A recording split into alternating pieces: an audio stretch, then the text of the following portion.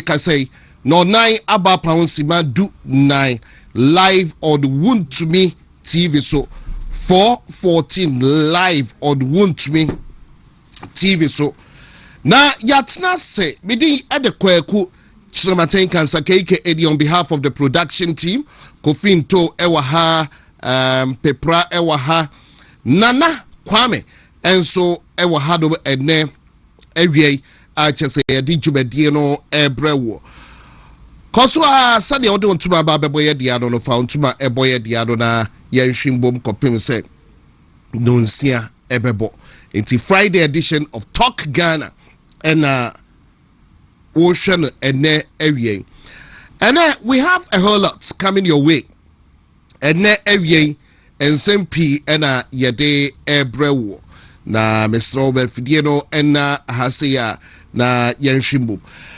Near Edikano near a woho and a medikai and ura Kofi Jima Epacho tie edino eye ura Kofi Jima. Who is Kofi Jima? Ura Kofi Jima a former Sene East DCE, former Sne East DCE. Now, he happens to be in the Ashanti region and passing through to say hello. Now, how soon you would say, yeah, ubia if ye ubia awa etu ewaha. So, Honorable Kofi Jima, former Sne East DCE. Ye were Honorable Kofi Juma, and do ye former KBA boss, and call a year, baby, and son, a friend say, go ahead, no, I'm not talking about Honorable Kofi Juma. I'm talking about a year Honorable Kofi Jima, or no, a year Sne East, former DCE. Under the NPP administration. And he's in town, passing through, and we're gonna have a chat on the program this afternoon. Right afterwards, Bene, Mr. Kusi Buafo, Mr. Kusi Buafo, and so Ebesin Kunya ene ewie. Mr. Kusi Buafo will be joining me in the house this afternoon. Into me pacho, me fidieno en haseya ene ewie na you don't want to miss out. And same pin the wordma ya bebo boso ene ewie.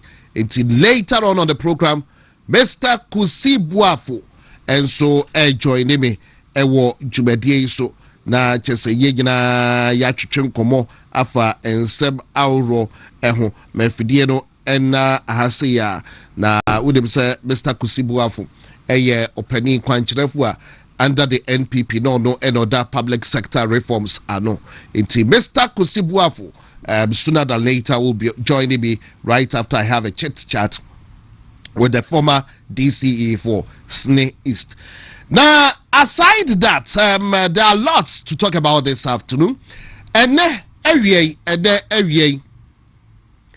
enkoma ewo ho for lovers of Daddy Lumba. For lovers of Daddy Lumba.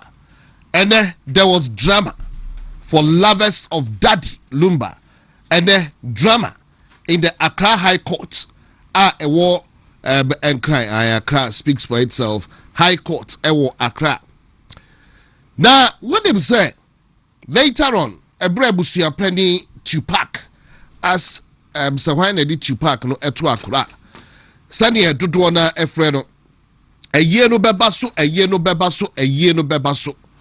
that for last hour Nipa 5 almost say oboye maternal family of a Daddy Lumba omo edi application e call court said ebi a year no de ho ensemu pi na empo de ama ade no kromonfo aso say ebebaso no amongst others Omo at Daddy Lumba Foundation B.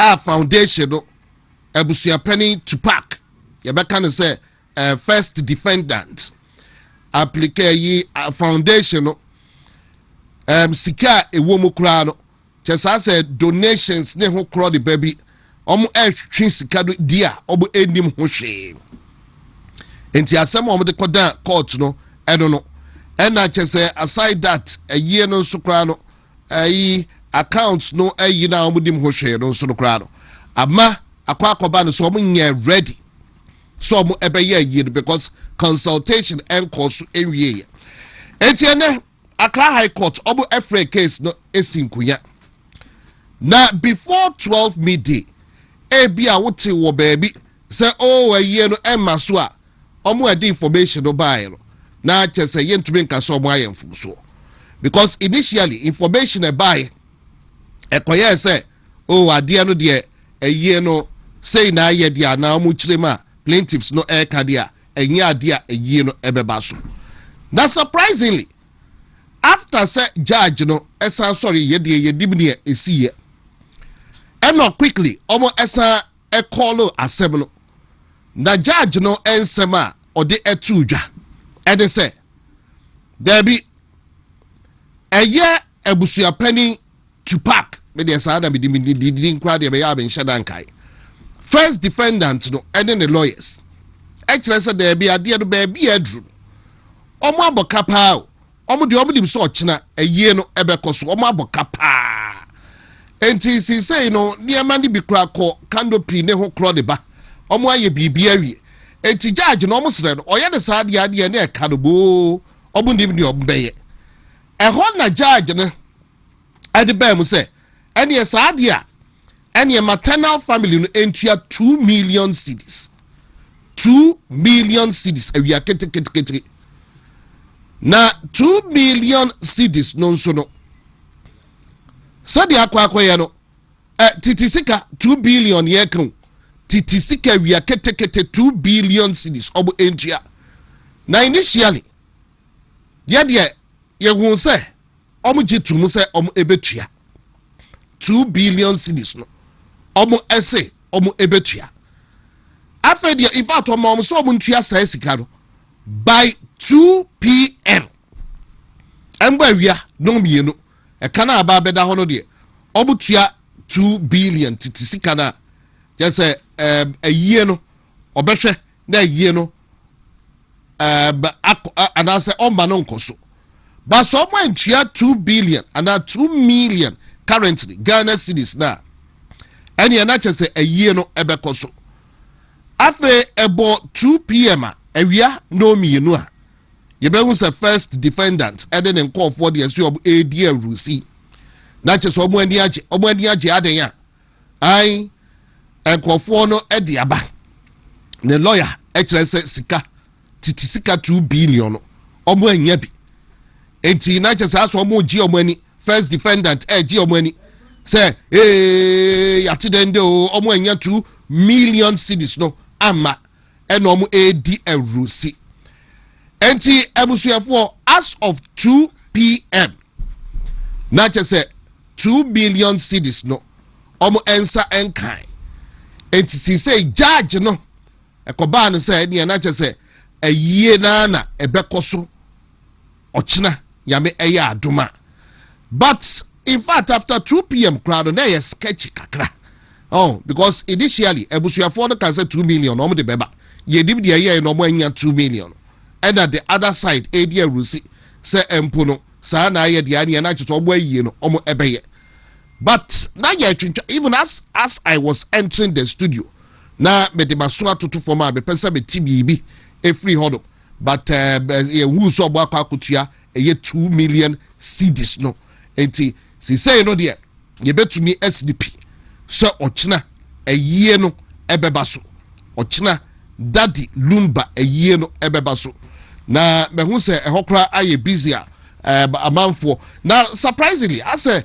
ɛkyerɛ yɛhu sɛ ɔmo kora ɛyɛ no dodoɔ na afiri abrokyire so aba ɔmo bɛ participate enti na yɛ yate for now no awia wote sɛ bi ɛyie no ma so ɛyie no ɛma so a ɛkyerɛ before 2 p.m. no adeɛ no asan dane a yɛdim sɛ ɛyie no ɛbɛba so me 5 minutes or 2 na me introduce ɛyɛ DCE on the show this afternoon before Mr. Kusi Buafo and so ebetnas ede ewie Mahama Ayariga ene the majority chief whip de no so no chese and some no kra no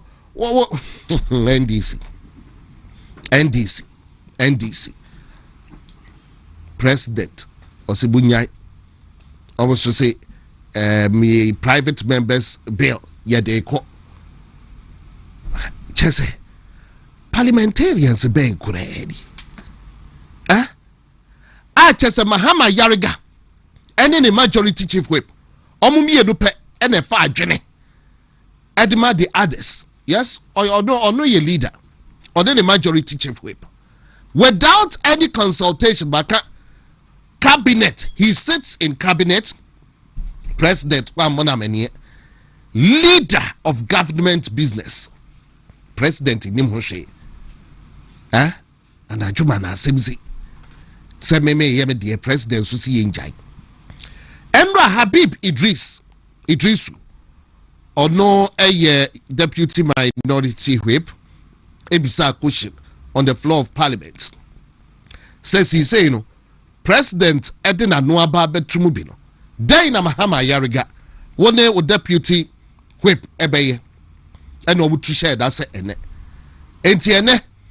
Habib Idris of the NPP minority esa bisa say no the question now beside or pardon ye she say private members draft bill na Mahama Yariga and the whip as your lane a could say ena mpadifuo so oni oniano na no peso hu say could say as a president edina no betubu no si say na chese Mahama Yariga on den as leader e wo fie ho si say executive no dictate ediama legislature no eno no peso sa Kwaku drew say because ade no almost omo ali ene Mahama Yariga eba ne nine so ai two are better than one ade yanse ni ba akufu otirimu yan say ye de kodo ade do nim say speaker kra bena ahiafo ena ono head of the committee nti ade no ya ye pia koy ekokudu committee na nim ye cultural banbagbed ena ekodu private members committee no edim a chese nka oboso kra no mo edi hunjuma nti president ababe kan say dia they will reconsider and seminar and as seminar president ababe kano no mo adwene ho ahwe say ade no kra no still omo be pushi and say omo pushi but ade na Kwaku committee no nimti omo de omo adwene ho no we much ado about nothing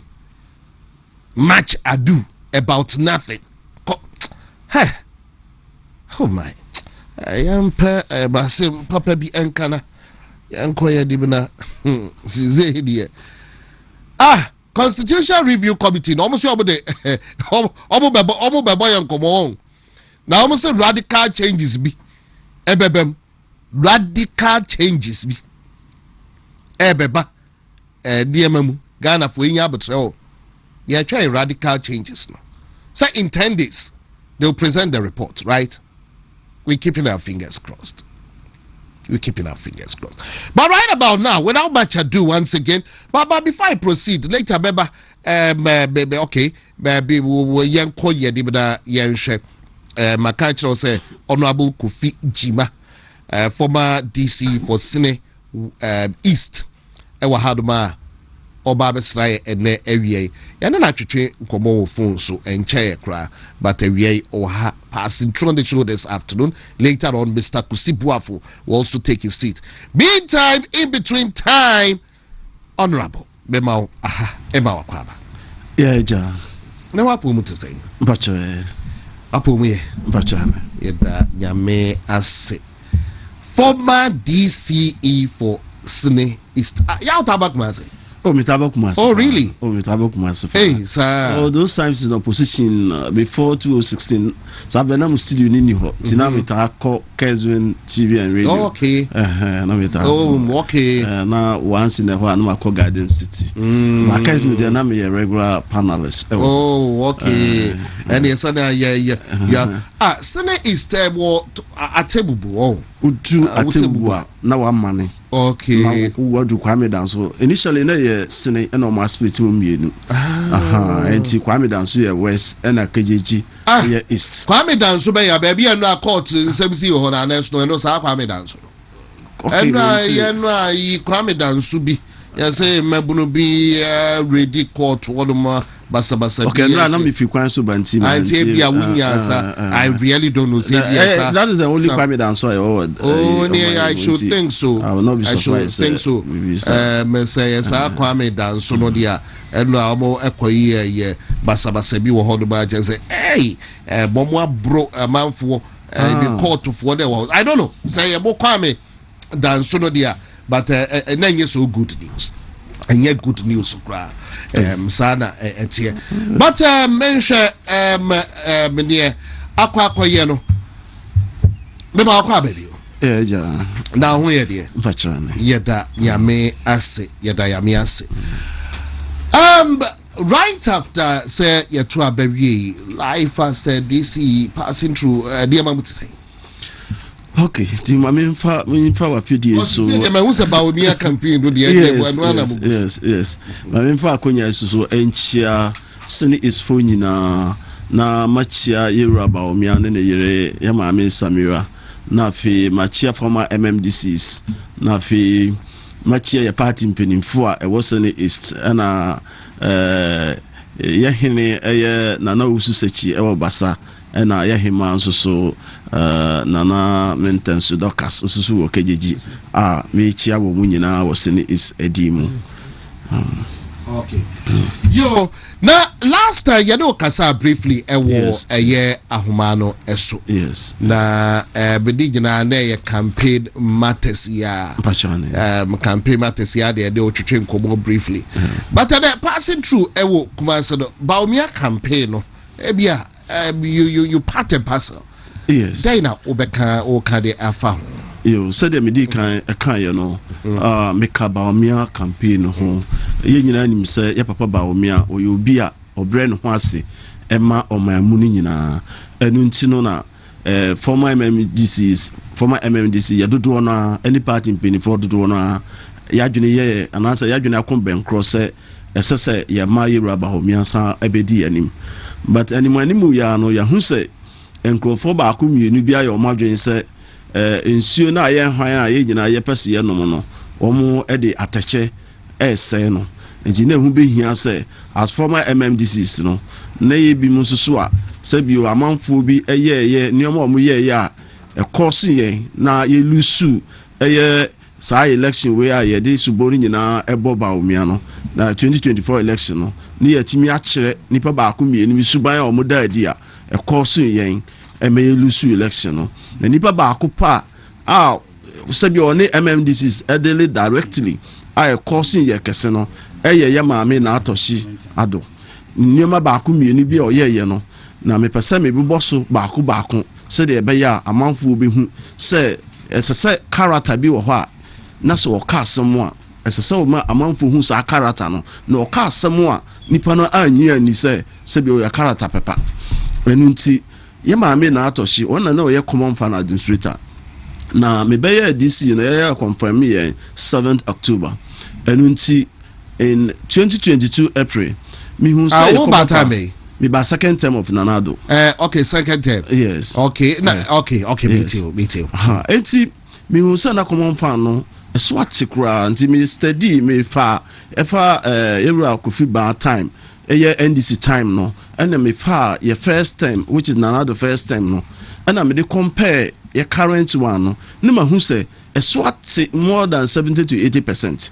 Enti we said na in sequence no now run ba a time na NDC time no onya 644,000 which is about 6.44 billion currencies and na to aso e de koma yera honorable Abraham ebra ono so be this year first term no enti about 2021 first quarter second quarter edicon na eswate about 280 to 250 respectively, which is 2.8 to 2.5 billion all currency.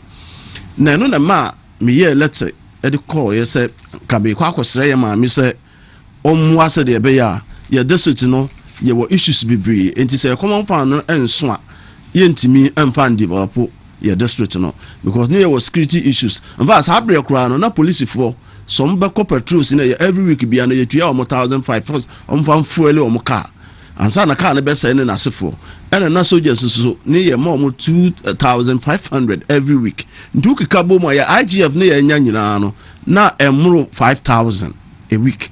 Enti wewi no na sika ni nyina akwa akodi security. Wunya sika kura no watua o IGF staff. Enti na emu ayedin ana me call ye maame ho. Enti me call first one man to no, me call second one, third one man to no. Ti fourth one me call ye no. Ana the secretary ni say honorable asa ne de o maame e wo ho. Enti kwan bia so memo wahu no ansa no wako. Ana me see you ana o maame twere form ketu abi na me feel ye na o de command no. Enti me o ha no friend me say me mra. Enti me kodu ho no na nipa mienu bi etine nche me nim o mo. Wa mami akonya na atohye ya mami na atohye amami akonya etimi gina ho and obisa himself senior EDC what do you want and I'm so e ma me ba won chen me pesa me ni udi ho komo say dem state yo ayi no say common fan issues o se me ni uni nkomo bia di me ni uni nkomo bia di nti sanko wo ayi wo regional minister ho na nkomo a ho bia na won na kwa akodi na me ni uni nkomo bia di in fact me right ho yi chese me gina wa mame wa mfimi kra o se me nko na me sa da me ho na sa brain kra no ufuele sa ye car no no akoto ye no a car no num diesel num petrol kra chen V8 no wa spend kra no 4,000 something fuel nko a na se ma spend me bresi aba won chen na wa ye me see na ene umum na wono na ma bonten e ka se ba o miamum e na me ya lusu a hwesa anka wodi sika ne bre ma ye de develop district na anka obi fufuro ahunu adwuma pa MPP aye anka obeto aba amaye na akomne ne nchiremu no in fact me 3 times na me kwaya na me nya no e na me send petition no the two on the phone so ohwedin a no was sending back to me say my phone is no post office. I see this as so disrespectful. Sabi omi yaponti usu yaponti na ehwemu kura no a sa wo ba desuta me na me gina na ado na emu enti wo free ba bi kura ba wo hyemase enti sa otimi hwem anim na wo ka say sabi o bibi ha me na se ma send enye bibi akura sa me common fund issue a wo na obetimi asolve ama me no na ma send petition na ma wo phone so na wo ka kire me say phone nye post officer na ene wo kro na wo nam say ba omia na me ya lusu a sa waye say ama me a na che sa waye ama nipa bebre a enu nti nkrofo no buafu a omoto aba atia MPP sama mi ohwe sa ye common fan nsemsem ya ba omia ti sa kwala wa Jubilee House na ebra no ono na atoshi no e compile lezi so so toka edical presidency ni other ministerial areas no other sector of the ministries no oko era ba omia ho say ono nso making input ema era ba omia ka kire say we hear forecast cast na ba omia so ohia no ono na atochi ka kire say ode sa request no de come chief of staff etwamu e ka kire no say ye ka presidency ba omia nka ho na sa wudi mu we nyina na sa waka we so a kire ye emia hu say ba omia was more treated at the Jubilee House no na say ne u pesa o kire say wakobo ba omia ma ne say ono no nko kasa na ye ntua sika kakra aka no emfa ma na fabre ye no na ne u pesa o kire say ba omia mum ana anya na adwuma yiye enti enyi ne mfiri ho a then you have not been fair to ba omia, you have not been fair to him enti na was say ma obi bia hu say ye ma me na atoshi suba na owu mu no enye suban pa enti ma obia enni na chi obia fana adwene enko nsam a wano na ma o keka because ono no ohia ye no waji atum say obia obetimi aboa o man ayi nkanko ye MPP nkanko no ba omia na ye nyina ye bompa ye say ni nyina tu obia no o say David ebra ne advisor Aristotle ofiri na chi ekoka na tamfo ho no David Bompaye say Aristotle ne gina to bia no anya nkwasi asem enti sampaye no ne ye body tia na atoshi ene ne nkofo a aksori atia baomia no se ne obeka bia no enane nkwasi asem ensi amanfo aso mo obi antie no na obi ahu say baomia enye obi a sabi o obetimi ama MPP alusu 2028 oyobi a yeto aba emanu a MPP ebe win 2028 because the man is competent.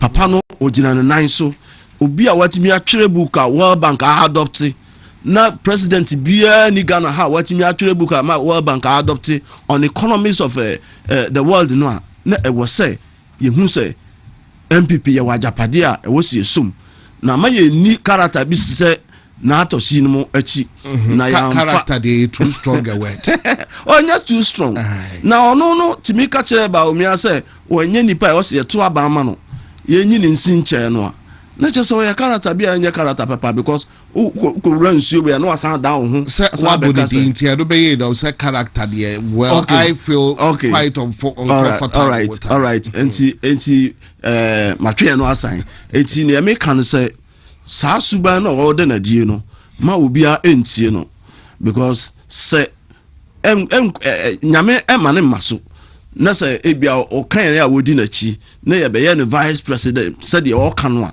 na je say MMDS bia begu ye MMDS bia begu na ene as to speak sa bre no no de 2.8 2.5 ebre no a ye complaining no a on fee no ene NDC baye omo na nam 33 to 34 billion a quarter nti we DC ne ya bre wo se ya ebe de na wonfa nya adwuma e ma no mmoa u district e ma aban no so ehun nya akono look na to see 2022 na sini is near ka first category of district ye pass the part nti sa bre no na e was so mama between 700,000 to 800 which is about 7 billion to 8 billion 2022 ama and yes I call 2023 yes I pass here 2023 yes I follow the first category and also so it's about 1,300,000 and something it's about 1.3 billion so about 13-14 billion and also so wamana ma kopem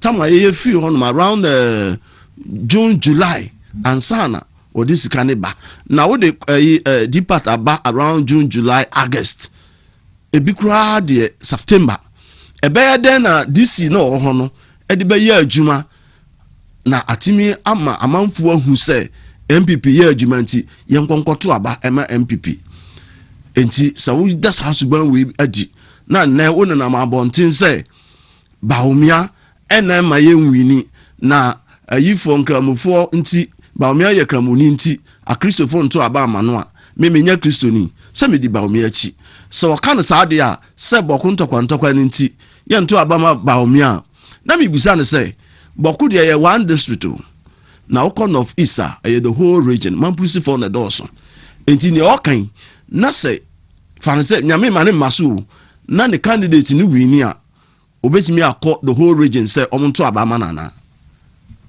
me busa na atoshi obetimi akọ of East se omonto amampusi for na wo ho ni nyina nto aba ma ne candidate na enti these are the nti na me ka say character na wo say ma me nka character no nti suban bi wo ho wo danadi na wo keka nsem bi a e ma manfo bi susu hu say no ne wo ye no eye uyafunu na wo denam eye uyafunu na wo denam hwe ma me nka nkyero na atoche e bra na ye kono nchen no a ono ka kire ye nsa sika ni ho no me MP eye NDC MP no wo sene is no ono Dominic o man no over 1 million contracts no this vocational school no me time and ye ho krata although MP no na farmer director na de ba na me ye ho krata nyina and ye establishes our school no yeah how do you know so man because the last time na me te so ma obi I've forgotten the district or is it municipality but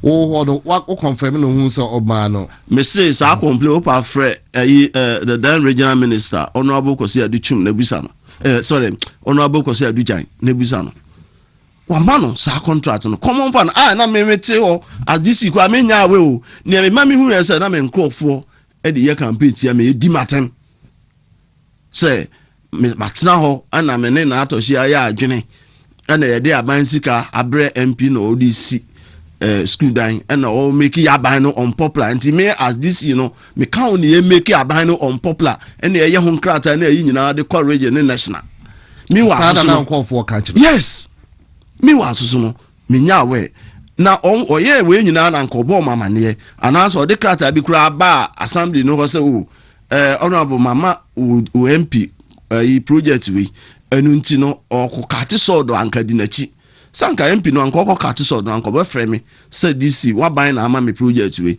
enti me yanko de ko kate so no obi ahu say MPP aban na this project na ama no amasa omo kate so esi dan ni nyina ene omu yusu dan no e wo honom in fact time wa onu na atoshi no tena de ye common fan e de award contract for 10 mechanized boreholes no and me my yoku 2 ba kon so e wo sa new site of the TV school no e wo hono a na omu yusu eno enti ne ye kan kwa akosi ni say ma me no ne ti mo den ba mo party no oyobi a ne ti mo den oyobi a sebio ne yemu nhihye no oye bibia ne yemu nhihye no sanka ne yemu nhihye no a anka wontimi emwo opposition say na ne party ni a woye ne DC timi ba ne nche se 2.8 ana 2.5 billion na se ma ba wo nche 2.5 billion to 1 year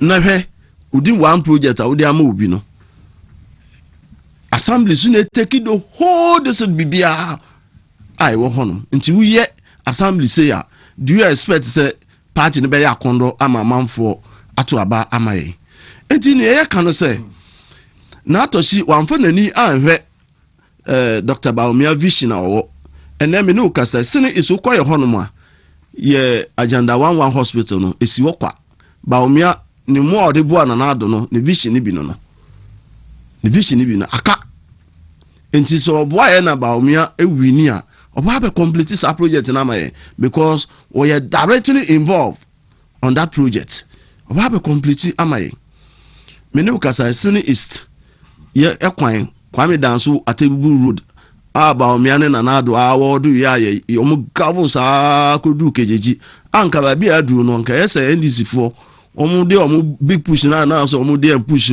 anka omu de be ye quota no ene aka nti na atoshi dwene no no nko aho onwene party no me ne ukasai so be kaya ebre bi community bi e fa na tiga gome Sene East enkola bi kansuo mu Emma me fa konya isusu ada yera de tumase through the Gallop World Bank project omo Emma funding say you fancy 6 unit classroom block and 6 toilet seater ye shase ewumu adu window level and ye different abemu over 1 year ni contractor ni si ho wonsi ho no enti say na atosi odwene oman no ho a onye ni 1 year di na chese time a wo ho gira as DC na contractor no into member no wasia ma adu window level ene ye dia free abemu enti anka ese omu man sika because according to Gallop sika no donors need to a call Ministry of Finance na Ministry of Finance na release ama Ministry of Education na Ministry of Education so release ama contractor no so dey aye adwuma as I speak now obiansi the last time no in fact it has not been once Pentecost asorodan ana ankola no eyusu ankola na bubo windows na ho no nyina omo so mo bedi omo 10th anniversary enti omo pese omo tu ankola no papa no ne the current DC honorable Nkrumah adi nkomo honorable Nkrumah ye follow up mi Nkansah so madi hu nkomo the last time kura na ye ne ayi for asempa for so kan wasem omati ensusu ubia enwene ho na do time ena me kosre teachers ena ba mi akro ya na me ko no nchen kosre no ena woni minister so ekasa ye onabo adutwum ɛna ɔmo pene so yɛnko ɔmo ma yɛ 80 teachers na dodoɔ na no more than 90 to 95% no yɛfa wɔn nyinaa wɔ Sene East nti saa brɛ no obi a na ɔwɔ Sene East no so ɔyɛ MPP ni o so ɔyɛ NDC ni o sɛ wɔwie any other educational courses na so wɔn ne Lancaster ayi no nko ade a the person had been employed ɔmo yɛ adwuma island communities ni nyinaa so saa brɛ no obi konsuo so a onim sɛ teacher ehwe ne banti onhwe akire obi ekwafu a onim sɛ teacher ehwe ne banti onhwe akire enei am told sɛ saa teachers ndodo na ya ma mo release amomako enti be gina wa fidie kese so asre honorable Haruna Idrisu sɛ otie mi a omma Sene is another akwanya no momfa teachers no momfa nurses na omonkonko boa this island communities no na yehu echi na afi omumfa emwa district no na me san me tu MPP for so fu say ye ma me na atohye no nkrofo a omu enante a omu say ba omia di nyina no obi wo ha no wadi bone kase bi ofi say NDC for be hante no enti kwa obetimi afa so abo ne din hu ban no ene say obesha ase asai ba omia enti wa sha ase say ba omia dia NDC for omu hwehwe no because NDC for him say Baumia a threat Emma womo because Baumia winning primaries now 2028 ye be winning your election because as we speak now sa allowances na teacher for nyane workers ni nyana dodo na enko especially the teachers enti na teachers afeli a school for no say wasi for no dodo na afeli enti omo afeli mahama nkola yi no ombe feli mahama government 2028 eye warning no de amom so mo feel ni madia 2028 ni party ni so mbe feni no enti nipa obetimi aba obetimi ama ya wini once anya afa ni yakoye try and error no eye Dr. Alhaji Mahmoud Bawumia onu ene yese ye kaye ni eto aba ema no na ma yenkonko di nkrofo bi a omude omofu ena omode nam na omunwene party no ho na omude ade ebechi ade ebesa bia no esese omuka asem bi tia Bawumia afi se NDC for asem bi tia wo mo a omude ache wo mo so obeka ya metwe adwene akọ ayi bi so ayi Ghana at 60 Ghana at 60 on say Prof Mills bae no wo sha asese o chesi sankrofo no me pese mebo omudin sampeni fo na na omuda Ghana assist ano no Prof Mills sha asese o chesi wo mo enti ni omo ye no se esese omo sha ase criticize Nanado enti sampeni fo no ye mpeni fo omo twe omo ni wo Nanado so pa edu se omo kutia Nanado na Prof Mills ja wo mo wan chesi wo mo bio na omo fom ho adi enti sa tatis no na atoshi ni ma adopti because omo ka Bawumia ho asem dia NDC for omo nya omo hwe nemo me ka kire delegates of MPP okay say ye po bia sabio na adwene eso sabio nkrofo a ye mpenifo a gina nyina no obi afata wo de toto other parties ho kro ano a omo bia ni ho a other parties betimi compare no ho to them ye 5 presidential candidates na among them nsusu no ye wo ohene ewo mti na kro bia ye wo ohene nti ohene a wo mu no ene ye Dr. Alhaji Mahmoud Bawumia onu na yeto abama no ye benya yasomdwe ni ada onu na yeto abama no a obetimi ayusu na adwene ama ye nsusu yanya adwuma aye onu na yeto aba ama no a obetimi aboa ma party na akonkan in fact for the first time in the history of MPP no na ye ni ba bia na sabio polling station bi ebia bronya bi ebepa bibi kakra ma wo mo ana say constituency executives ye discover bi ba beto mo account mu ama every month bia ye the abo party no ho bra to the then general secretary honorable Mr. John Boadu ena Nanado ne Bawumia ka o mu bo mu no eno ena na sika kakra ba ne ye the running party no but eno na NDC for so agina so a omo so edi sika kakra eboa omo party for it means say ye no ye pave setters led by Dr. Mahmoud Bawumia. It's Yaman Akunya. Now, WONTUMI medi oman so. na adwene a nyame de ache no se onfa mwa Ghana man no na onfa mwa Ghana. Look, so ko sini Easter se owo eka obi e wo village. In fact, villages in be obe travel over 30 to 40 kilometers and send what to one community. E bi kura de more than that. Na wo ho so we this year to one afro se owo aka obi. Omu hia se ye de nipa no beba ana se omu hia owo adu. Adia sini is for it was a kai Dr. Mahmoud Baumia and say what the zip line a drum machine. Yeah, was in it is near from the Alupri Ketua. Until or ye in the headquarters I will cratch it. You're not cratching a share boundary. A free sabreno say or war and that's will be already and they know here Muja now here Drubia. The only thing I bay and say ye be fret zip line for a drum for no. Na omu de adu na ba say your village e bi ti say e bia atiga government island community wayo ko palma ana say eye asuoso ana say ohia suma ana say eye atakura ana quarters ana tabusa within 10 to 20 minutes na alupreketo ana de adu na ko na ye de asani pakro yare enti nipa no aba ho ban ama wanya wo nkwa distance anko obepe moto ana bicycle kura wunya moto kura no sekwa obefa so obefi ho abade so capital yekejeji a hospital ni ho ansana wasan ya to aso akokrachi ana kwame dan so akoda no obedu ho no wawu mate me ba no wa wrap up sisi ana me kai ahwefo se ebia fe na wachi mo afidie ade aba beto adoma me the day at the Honorable Kofi Jima na DJ Kofi Jima. Oh yeah, DJ Masombe Jerome Kofi Jima. Oh, come again. Masombe Jerome Kofi Jima. Jerome. Nti ya na said the amount for ntimi modi no nti no ma read no DJ Kofi Jima. Oh, okay.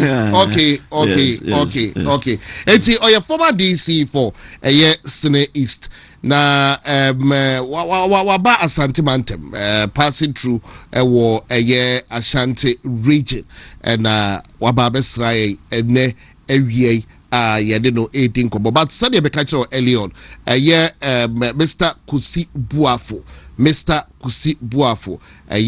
panchrefu ana oda public sector reforms ano me catch say ono so ewofia nti in just about a few minutes no me no ewie na me nko Mr. Kusi Buafo so nti sise kwa Jima base Jima no de ho okay nti honorable Jima na wo ka wo de si award there so in conclusion then na wo catch what can do na but then and I will catch viewers before say me conclude no Senate is for especially obi akoto aba onkai Dr. Mahmoud Baumia any Ghana fo nyina say ye pe obi a odwena hiafo so a yen delegates na kane no so na okra insurance kra na say opese okọ hospital na awu a just okodi line e wo health insurance office na sene is there just okọ krachi ana kwame danso e bitimi kwotena 3 days a week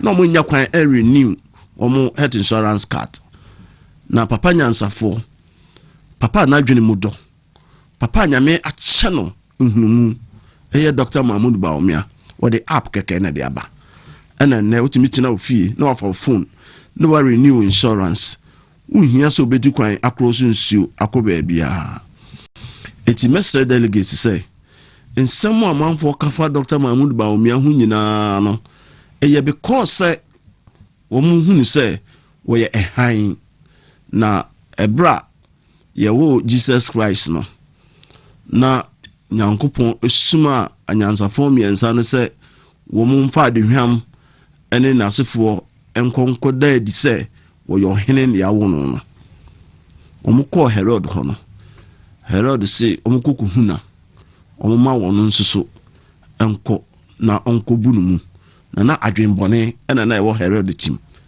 ena nyankopon no aka kire womu say womu ko hu Jesus Christ wie na womu de nhwire ne adehwam no ebo na baso so ohene a ma womu mfa Herod ho biom enti misra MPP fo nyina sa Herod fo no a womu abma womu ho so say ajinkwa na Nyankopɔn de ama MPP say ontimi meji Ghana man no sa Herod fo ni nyina no mo kasa kire na yenkwati wo na 31st January yento aba emfa mark Dr. Alhaji Mahmoud Bawumia no ma MPP Franka no so na ebi aka Ghana man na me kasa ide minim say Nyankopɔn beye because osono no o ware obi a enye obi fufuro na be decide because Dr. Alhaji Mahmoud Bawumia osono no aware no a me no kasa yi osono no tinimu a ono so ti osono no mu a 31st ye be man nsa so as flag bearer of MPP enti ye be se obi bia me ka no ho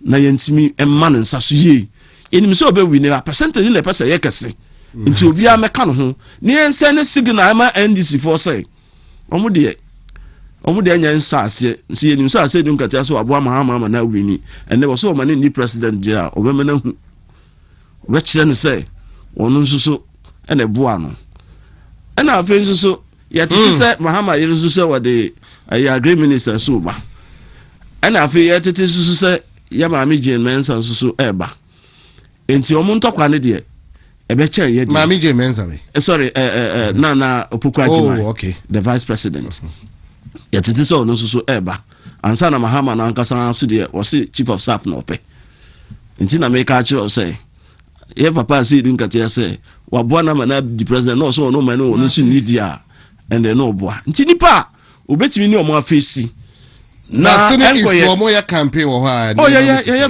very tight enti ne mesre me gina wa fidie so asre Dr. Mahmoud Bawumia ne campaign ne financial team ne say MMDCs onu ani say ye hu sheda anyesa omwa MMDCs former MMDCs ni yentimi tugum na afesu ne ne 55 executives na watene wo each district no so wo sponsor wo na sa voluntary groups no so yentimi mwa enso bi asene kakakakaka na free sa be kopem January ne de yentimi nya adwuma gidigidi na emma na baso na honorable Jima ye better was papa why bijame enka ho why na any other time bi anso a obesa ba santimantem hade ofie ne why nti wo konso a yame enfa nkodu asumdwe why ya das pa ede wadaje all right okay honorable Jima international within Kofi Nka GJ Kofi Jima. Oh, okay. Mate. Si babo, me neni share Kesvin. Oh, okay.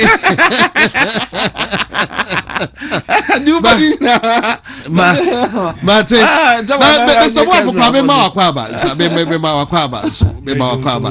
Okay. Mate. Me da say. Enti Mr. Jima sorry I don't know. Ye bada wasibio. Why? Yame enka na ebra Mr. Jima and answer honorable Jima sorry bra oh sorry yem bobodiana and answer me wish Mr. Christopher Buedi Mensa wishing you a happy birthday. The wish Mr. Christopher Buedi Mensa happy birthday.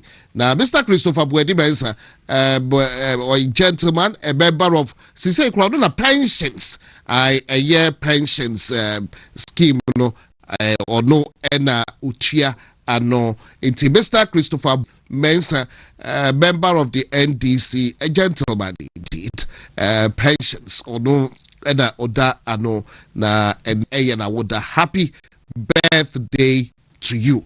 Maybe wish. Okay, yebeko yedi okay. Nanka how can be? Yes. Oh, okay. Mate. Oh, I can remember quite do me cry and say me my minty o okay. Na yen menene shiada. Honestly. Ai, ne kasa ehmede. Na me wonso bete wonka. Aya de. Na yenya enka hu se MPP no. Ekubia political party a free ideological party Dankwa Buzia Dombo tradition. Satra said the city democracy no yati ase enti eduru mrebi na yakwa battle ase ya near challenge the end such a way say we bring in more discipline na ayati the oti on ba ma crown yawe na kono enti samri ya yeko no me share history of the party ya sha say nyina me hu bi usibuafo na mi sade but media chiripa at a very young age and nyame adom me so me ka aban no ho nso o ma april nyina minimum bia me no bia na ntim no bia transfer ayo program say obi ma con office me no bia edidida me no bi transfer edin come deep ako deep pa efa ya political issues so omunyina no ni papa omunyina putting them together ni papa as individuals in their own right obi anso abon homodin in their own right obi aboa party no either as an individual or as a group kra obi aboa party no say na ho den say ne town say ne radio station say ne sika so ho o say no e de ye e ma ne ye fe ma party ni yanko so this is the beauty of MPP Dankwa Buzia Dombo tradition ye pese edija inchirima e bia samri yemfie kwani mu kakra definitely we will hand over. So how do we hand over Dankwa Buzia Dombo tradition to the next generation? It was a clean sheet of discipline, very authentic individuals with high level of integrity. Yeah, you did, papa. The embassy, you know, generally, many ya then some no or can, but a be or horns so, yeah, na. There are several ways here, ubetimi akano, mini alcohol, and several ways ubetimi. A futu. Ya the babu mutum want to walk off babu mobile ubetuma fa Quran moaba so what you say ubetimi so akano blofo wo baby ubetimi dia ya bebu ni nyina babu mukomo Proverbs, Lamentation, Ecclesiastes, all this, you know ewo ute eyeniema etwi nipa nimpa so I say but esa tunufo baby ha obekan na edu atem obekan na bufo na baby so wakan na hye wonkuran baby obekan na rewo baby okanya ekosu boni bi a wo ye supporting matimu say babo no enti babo no kura ewo no kasa ne bi wo mu ye no so okan mi hu se atwimi pa enso no anu so egoso enye se waja nyamso so atia na at the end of the day you talk about na yiti ye kandi for no ye waka ni nyina e wo se won munne wo ma chita for bo mo ye campaign nyina ka bomu edidie obedi nkunimu na chi ansane 2028 and beyond obi entimente koda not entibeda ne de wo mo asa babak enti bi why ya na ye nka after all obi wo a wo beka nasem enso so no ne candidate no ono kura wanya candidate no what you say enti e ba portray candidate character excellent sabina mehehe so this is what we need as an individual enye de odi akire de odi akire kura de osua wo ma ahwenebo what you say okay ebi okura asem no ye mfenya no ebi oho a we ye mfenimu obi okura wo koka e de age some number can say fans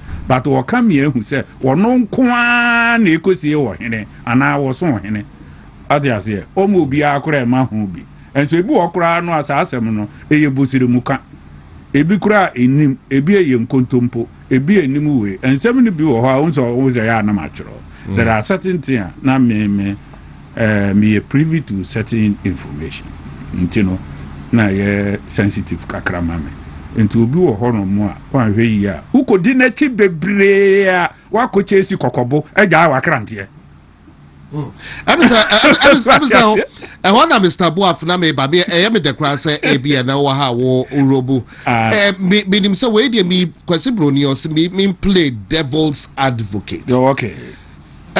Me nim say the kan on mu de but e bia ni ama na nsem people me wo say yes a onu betumi aka say oh onu so ko ha onu so ko kan say enti e bia ko kan say no ene yensu ye yi na no say e no advice be na assembly he so the petrol if see fire you double or triple the flames so at here obi wo ho no mo a ubetimi aye din afa futo so wo be wie no okofia a sumye ebetunu fo se ya meka ye no enye ene ye kra wo radio so ye kasa wi a me wa sofo ne ahemfo bi a me mo monitor me wi a my mom, my friend, say, what went wrong? What went right? What should I do next time? Obu ho di anya no aboma mane. O se ebe we emunu wa habi. Mr. Matthew Medase. Bible quotation we say, who you soon under these circumstances, it is our problem we beba.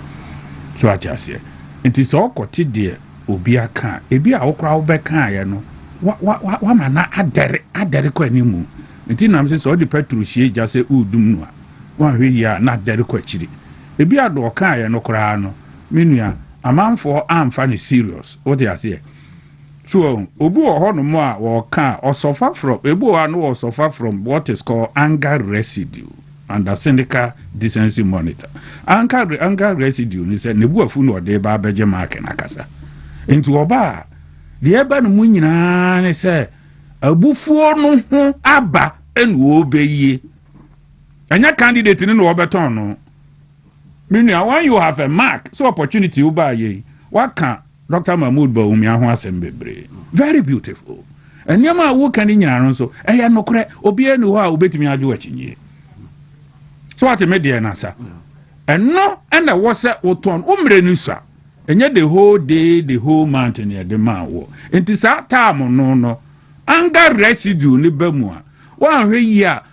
umbe su duaba no a e wo sa manfo beti bia di ama na ye ne de no ubehu sa fe duaba no a wo su ne nyina no na enye papa enti su ewie na koda Facebook wo de ewuko blogger bi te baabi o ko twa kiti bi no de abaho rebata fire butu showdown honorable GK Jima reply so and so when you the whole story so what you say entimire bia no sometimes we need ndini esi dan ya na eja mpoma atonya mframa nku da bia no obi san ha no apia fa ha ahona wo sen no exit point so what you say entimire bi wo ho no mo a ya asem no ke betime obi okra nka e wo se uhia no kra wo dia ba bono and so on faba obo a o srekere no kura chia ni nsema o na didi watempa o pa chia no na srekere no so next time obi tuma du atembe mu obe pa cha obo a manfo no so hwewo enti se o ye ne saa na chidifo no hwe candidates ni nyina de o ma na form numerator no obu kura 10 ka ye marks a o ma wo mo mesha wo mo a obi e kura 10 asia no womo a edi womo achi no omo kasa no ene form denominator se denominator ne enya numerator no sofa what you say eti denominator ni negative statement bia no e subtract from the numerator what you say ni statement bia ye positive bia e ton candidate no what you say na eno so e map candidate na ye positive ebeto mrebe no wan hwe yi a de wo beka no na ye banner so when you see the follower statement making banner ahead of the candidate it is not good. You say akwa ansini ni ura it is in the Bible. It is Yesu Kristo kwa butan question bia onyiwa no nyeso onimo da ben ena atemu da beba ozo onim agisa jano nko a da ben teacher ni papa was menya papa agisa jano nko a so ati ase eti samre yi no yan hya ase ni mute ayi no ni concentrate se alu protocol sora o si form a engage the runway and the final destination is the candidate and yan hya ase project no. Who doesn't know Dr. Mahmoud Bawumia that he did excellently well? Who doesn't, and also help the party? Who doesn't know Dr. Aduchum? He did excellently well. Who doesn't know Ken? He also did excellently well. Who doesn't know Brian? Who doesn't know Ken Japan? They all did very well for the party. Where money and then Moano a project war. Eti numerator no musu denominator no su numerator no me nua so ate ase enti se ebeba saa ate se o maame ahyehye ne mama wo se koton se si wapampam kan no ane eton e maame nam no bonsa so ye ne ye pai enti wo no ne ye denominator ene ma no so enti wo pai no se wanya sempa anka mo amfa numerator no ho amia hu se wo ton banche se wo ton poti se wo ton awiesu se wo ton katie na sabe obi banche a sabe edam baabi na wo son katie na ka ho asam dia ebiem wo ma ye wie nsuso a ye beka wo mu nyina abom eba sa reconciliation no which of course possibly per the SED ebi ebeba candidates ne de wo ma ye numerator na wie no I've seen Aduchum speaking to Dr. Mahmoud Bawumia. I've seen Ken also doing the same thing. I've also seen Brian Achampon also doing the same thing. I've seen Cabinet Japan doing the same thing. And during the last campaign, they were all following. Yeah, mwaka. And I said, yeah, it is still there. And I cried, yeah, if you tell somebody he is good today, the next day the Bejina na cast away or you're bad, nobody will believe you. Anyone who conscience you, they have an intuition. Sabi mi kusi buafo. Endra na wo ye. Ade chin no bi abeka kire me say wonya, I will investigate. Let me tra. Into o ma to aba no so 8 wo mutie. They know what is actually going on. It mummy creative problem. Am I who say a bed drop? All these things, must stop one day, and very soon it must stop. Now for yensha healing process and I say, ekuru umia no akoboboro asan na san akwa umia no akoboboro na san akwa who had a womi ekuru no. So I say, oh han papa. It mean you are yard. When you go tell your people, yes, sir, you spoke very well. Yes, sir. Let them learn from you. Yes, sir. Let them learn from Dr. Mahmoud Bawumia. Yes, sir. Free other candidates. No more projecting. No. He has done more. You can project. Are obi nim drone ya woken. Me am anko randa anko hwebi ama. Yes. And eba Ghana ye bi. I saw it long before say implementing Ghana. Drone. Because hospitals, Echo Baby, banana plantation, and Omuyana Hospital, Miko Hui. In the free education, I saw free education. Yes. What do you say? Yes. I saw it. I saw Nkwara Enko School. Nebi Wome Busium, Onso Kro Busium, be a Nebu. Yes. Nasemre no na school fees ya na mitua na tete me akasa.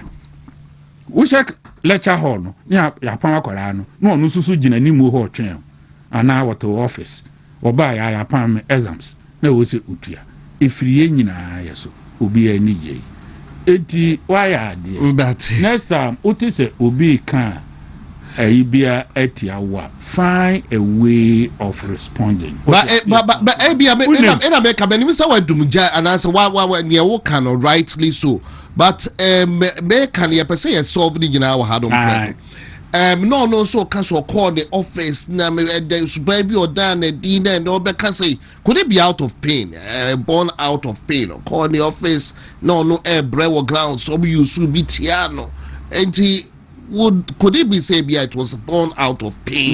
This is the first time pain. when you get them, don't let your anger consume you forever. Never let your anger consume you. It doesn't define your character and personality. Anger is momentary. A lasting period. Give it time. Give it the opportunity to do whatever it is. It will die naturally. Paul Samuelson, and I said George Bernard Shaw, UK, and G.K. Chesterton. No true books, economics, and only a year or more no mobile year check your time, no, and a union finance minister and a whole lot of things. And ideas, no, not Bernard Shaw. Attack a set here. I can't know who were born, where's all economics. Economics be ni, where tea, where's a waboa, and ya juma, and all lambasinoa, and an adamful historian. Hero, a coy, Bernard Hero, a call. G.K. Chesterton. Sakwaya cassette wa for our police program or advice and a whole lot of things. And you won't cassa. And also a person of Bernard Shaw. Silence is a bitter pill for him more than outright reparter from talking. I will not speak. Shaw will stop and eventually he will come back and apologize. Let the economic systems work gradually and we'll see who is better. If you want to know what Juma, you see what Juma, Juma, you see who 24 we say BSA Dr. Mahmoud Bamia digitalization bed in you then this Yakofebi, the gold reserve no 4 years old, no Marco Tembi, no the DB Aton. So Nanso Esaya Juma. Oh, drones in the say a Kwaku, then the drones in Atiapio, not very free education, into me Masoda, not very a Juma. So say the city, yes, say 24-hour economy, say this in there. When we say a bar, 24-hour economy, no so near Juma. Kwarani amo mako school, yes, all my Kwaku free education, no kurazo and so na fe na engineer seba, na fe Kwarana technology, science, and Kwarana. All these things are there to be shown vividly. What you say? What you say? Inflation, yes, no, interest rate, yes, no, and translate it. Why is this so? Ghanaians are saying, Adenti, and a woody dear now all phone, Ade. What different to Amienu, Debia wouldn't to Amienu. A winkles yan and cranty and impreco. Once also Debia war phone. Ye way war, now you 80, nothing at Tiba. No about 79, no about 78, nothing also war Tiba. So there must be something. It is Anyama we say, you know, Obi a cassette ya war. It is Abraham Lincoln. Sometimes make your enemy your friend, and you will shout his mouth forever. All right, but that's Mr. Kusibuafu in the house. Nanka, honorable, be honorable. Memang 2 minutes be na fe. Yan samu up near Obeka afterwards na fe. Bene Mr. Buafu to us. Okay. Yo, ne me pese me kan say. Meda me bra peniase so de odi kan ebo ma baso na so bi odi afutu nsu fa mu nyina no me da na sipa enye the first time wa me ne na share na me so me di kan me ne na share Kyeremanteng bebre ba ne me pese me kan ema MPP delegates yete ye ho ase ne say so bi obi ani ho a obebo wo tamfo abaso enti se uhun se NDC for ene omo for kwan bi so agigi a seat because I only said 2028 yeah mighty minority omoto aso yeah mighty a ebe kwati am 2028 a na ne panda seat a ya to aba ma ya wini omo so omo oji a it should be a signal, a wake up call to you the delegates say NDC for sense danger ahead of them enti no mo yes anu ma nyina enti nipa obetimi aba bedum sa aja na ma ye nso so ye hwan han ene Dr. Alhaji Mahmoud Baumia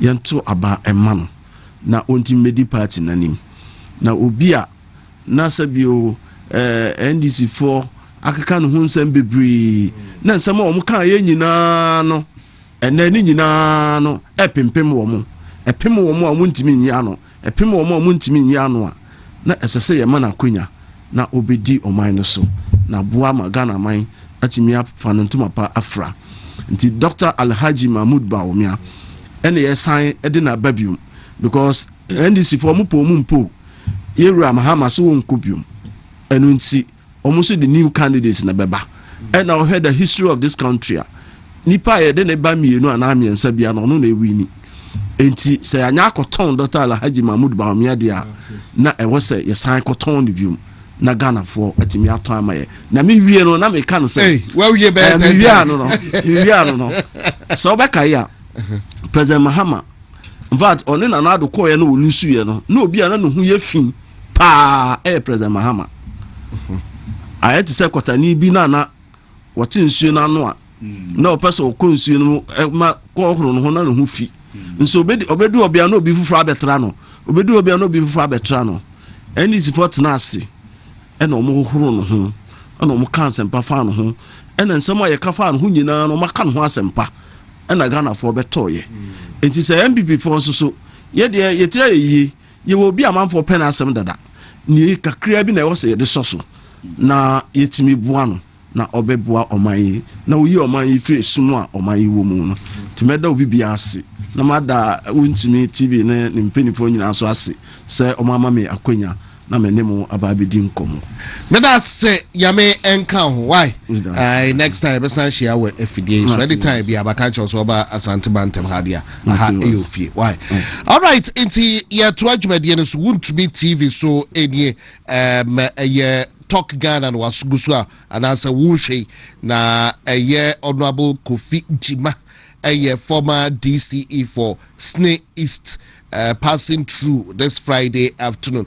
And we're going to continue with Mr. Kusi Buafo na yako other matters so koswa se wushe WONTUMI TV na WONTUMI TV yeko yediba no me kai was Kivo and Mr. Buafo will feel comfortable there you inti Mr.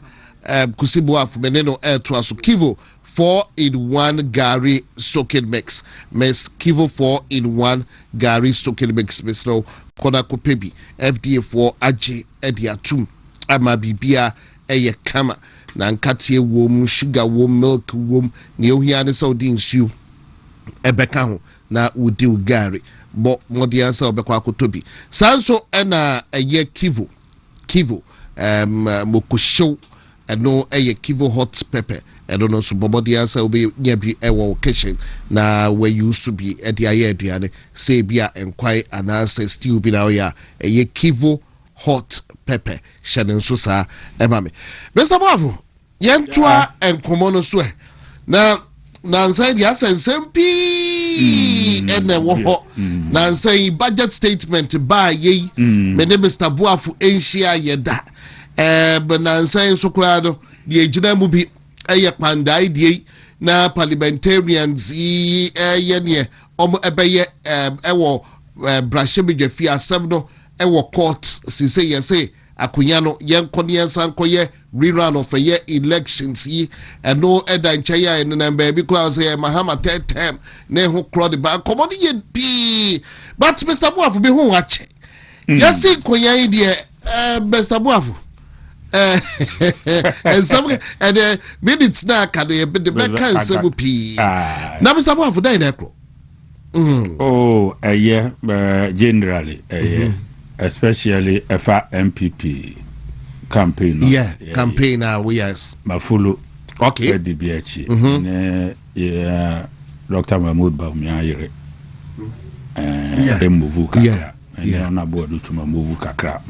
The tafre o so anopa. My friend Honorable Brian Champon was over by somewhere January. And Honorable Ken and so Japan so bad. Honorable Cabinet Japan and a minya no contact. Ono na minya no me no edin komo. Which means they were more organized or more hono. To observing from afar. Or more. Ebu onso ameko. Ebu onso ameko hokokutu. You for no. Efa akwanya ombeyema asumdwaba.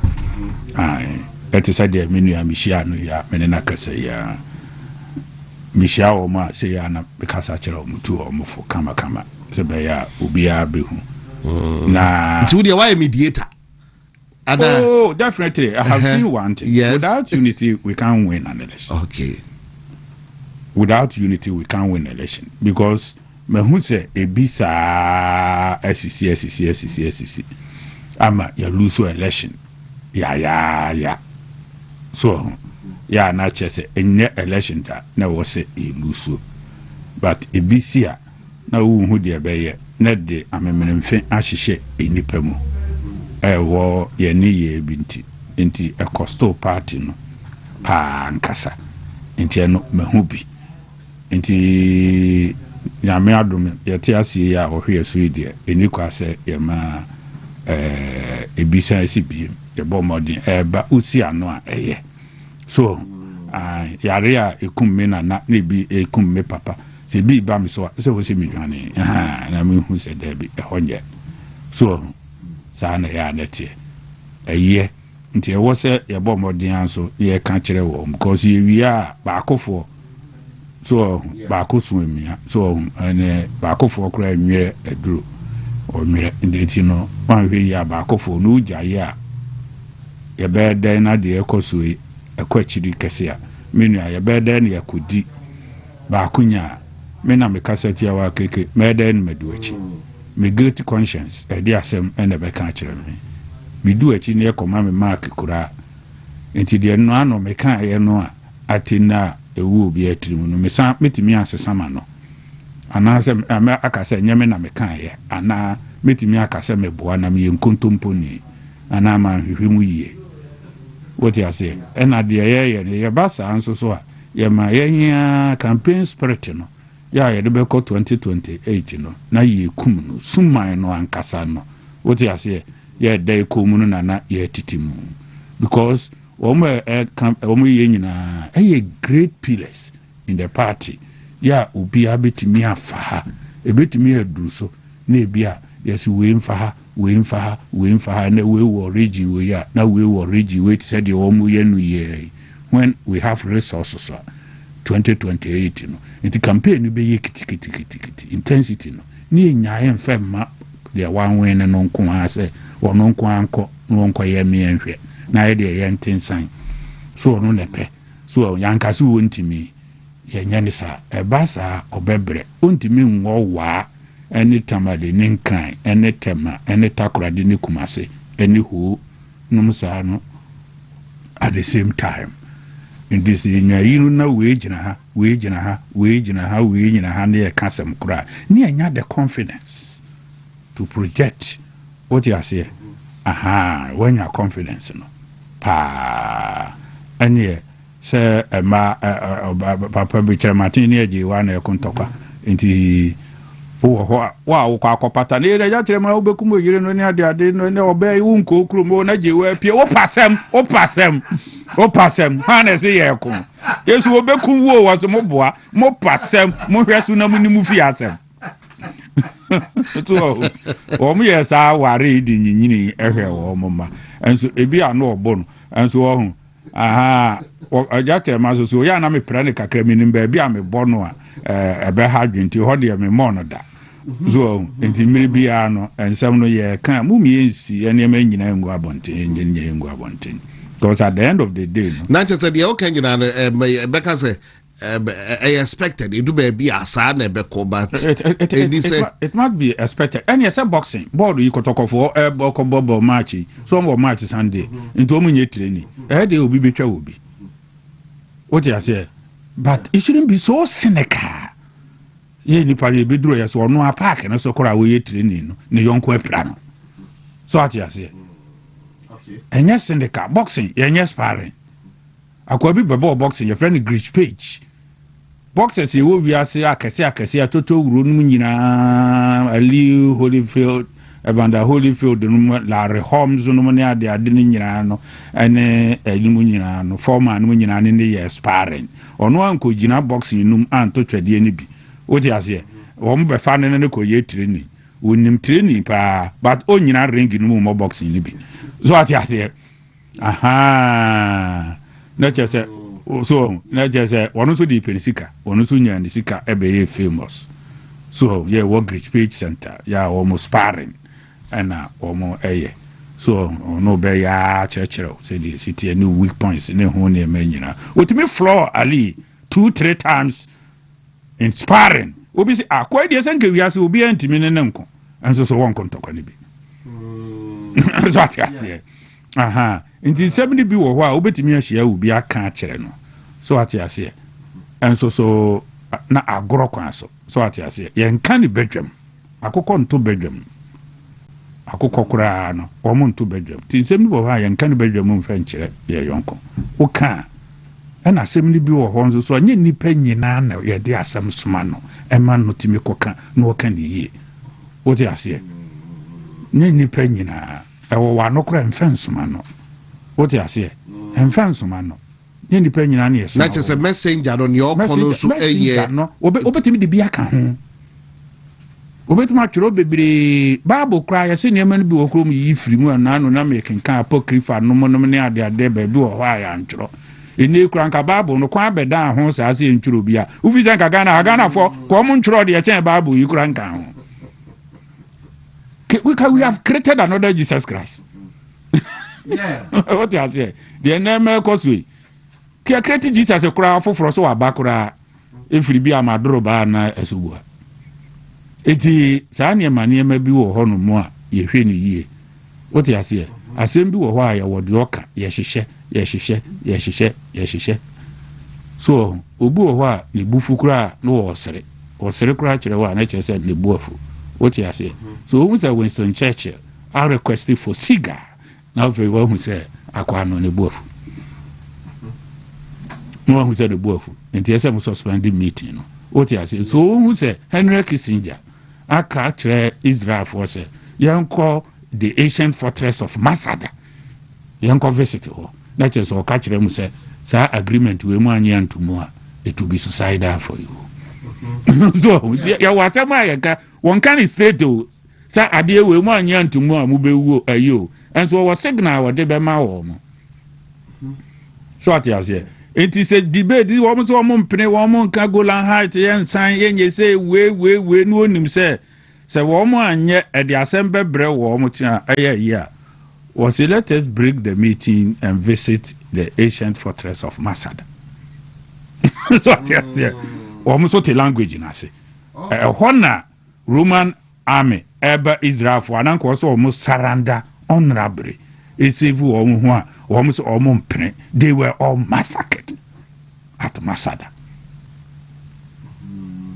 Eshe wo mase. What you say? Intimide bia no so kaso do mo kɔ hɔ a omo kwa omo ne nam hɔ a afi no omo dwendwen no obuse omo history of Masada na fe mu read the fa ho mu read ko ni nyina no na fe remind them about the agreement no am pese mo gitumu no eduwo na beba eti sem de bo hɔ ne nyina na yɛka ne nyina na yɛde soma asem de bo kora yɛnka kora in politics about 80% of Assembly Brewer will remain unsaid. What you say? Campaign no kura no aye ne de where Fragber Achepno aye candidates no. The omuna mo moto ni nyina no. Emame. What you say?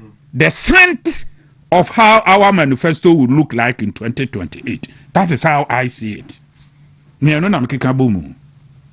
It gives you a sense of how our manifesto to be in 2028 for MPP. Oh, okay. A coalition and no.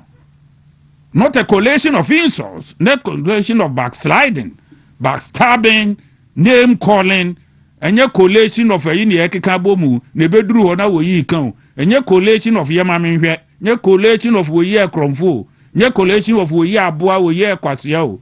What you say? Your collation of way two new. A collation of ideas. And I was here cocky kaboom.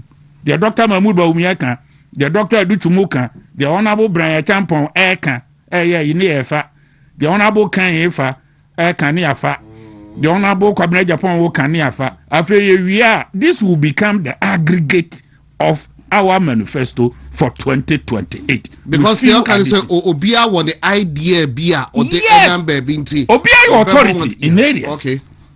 Obia your authority. Wouldn't go down, means wouldn't go share. Kind of thing. What do you say? Aha. I come up for those who see me now no ekusi and contomo de woman. Men I'm chatting, I'm no message, and contomo to mean to me in challenge. What do you say? It is any binuno. It is one year at the Sadia no a beba. A bus a year. Nina so more Nina baby, I'm off and Nina no show the presence of MPP. It tells you MPP is still alive and strong and has the people capable men. When the woman share candidates in delegates share no or share party in tad constituencies around constituencies.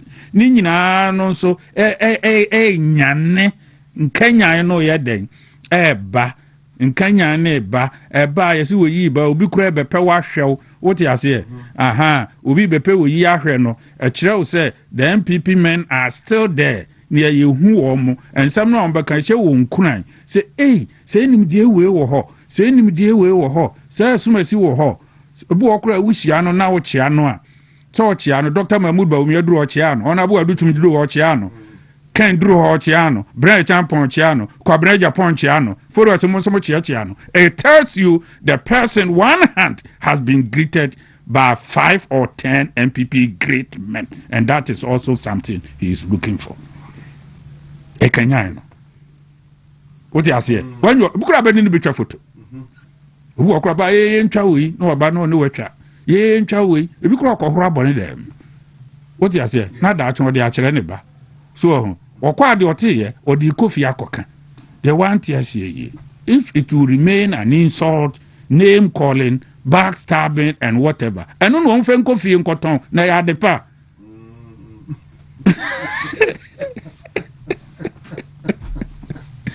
What do you say? Eti na me preach decency, me pekasa a hontiano. Mumo mujina nyanisa. I've looked at all of them, let me nya kwansu koti be I have listened to them, I have looked at them. Because Haji Asamira de Mikuchi, very decent. What do you say? Nkansah nefe. Ahomeka wom. Atem didi enim. Ono kura koro for decorum. What do you say? Yeah, chire wo say eye. Mati ona boda duchum. Nina na mati makohu so akasa baby. Tie no eno so ye. Uti who say what science, technology, innovation, the obetimi aye. E hono mo no professor. Wo mo beje mark ni nyina mehwe wo mo ekositi. What you say? Ni nyina so mo professor. Sa microphone so dey me den say wo mo ambition wo mo samra no. Wo mo so na ba dutum no. What you say so ade na say bi. E fa kese. And that is beautiful. Oh, tie wo mo one party, yeah. One party.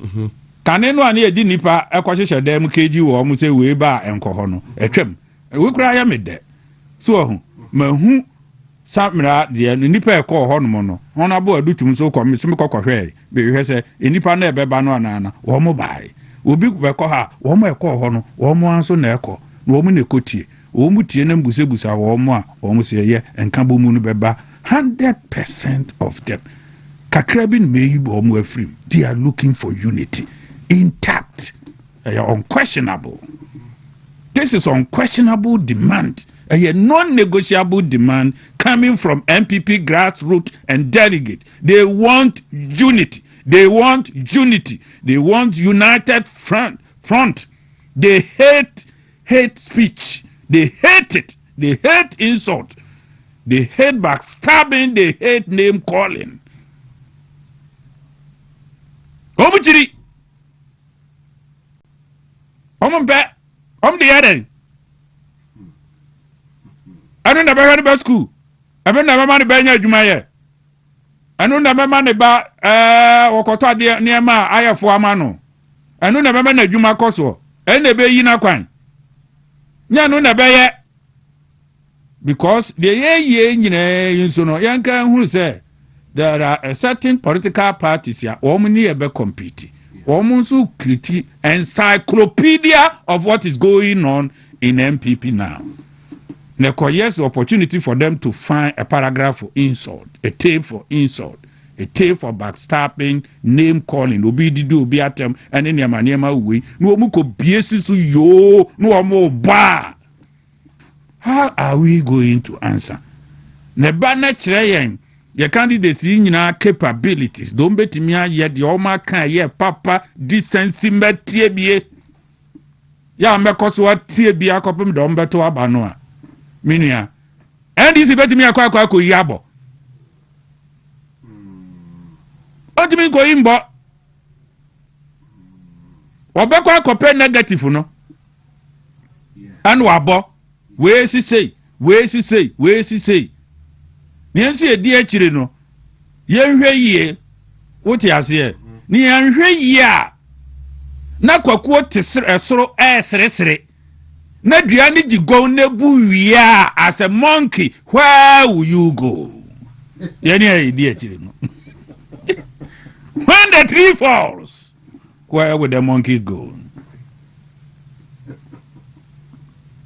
ye jejenu so amena buagu ebu wie ebe ye ne dai afraid ye be say ye hunu yanka 2020-24 there are certain things a coalition mu a kekan ya enkubu ho enne wanu ho so kan ye eye ne ya so kan ye konya ye opportunity bi mu a ko anka.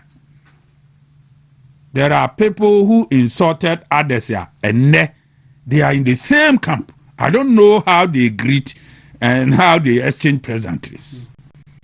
Ultimate friend, they are in the same camp. Intinipano and Namdikiwe, Nigeria. Was say we don't have political enemies. Can any kind of political enemies? We only have political opponents. Be careful. Don't call them enemies. The same person you are calling. We don't have political enemies. We have opponents. Teteno friend no political enemies. Namdi adisiki when they change the face. Was he Nkansah Munkaso opponents? Nebedum rebi, you will be sleeping on the same pillow. What do you say? You will be sleeping on the same pillow.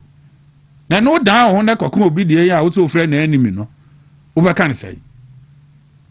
What do you say? It maybe or no cry and a bebo.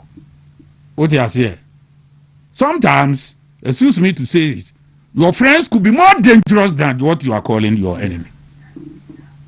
The person you are calling your friend could be a betrayer far more dangerous.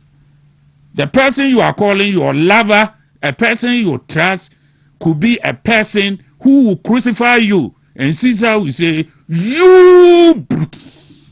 Even you Brutus. One did that one the best table last. Not your friend or enemy, no, or no, not all protect you. What you say? Your friend is Ano. Unless nobody knows. Eh, because now be here, they are cracked their sword, yes, to be a possibly rerun. No, no, they best so not wakotum crodum. Aye, no, so obeka de basem. So sometimes I'm sad when I'm beginning to hear certain things. Some people are warmer bread. There are people warmer bread party. People who pay money, people who wasted time, people who sacrifice and my besia action troopers. No penny a cockra webby, catch me am and ye, baby prepare ye nunina max of action troopers or ya cockra during the UP term no. The Okoku Krusikaba, Mohammed T. UP, no.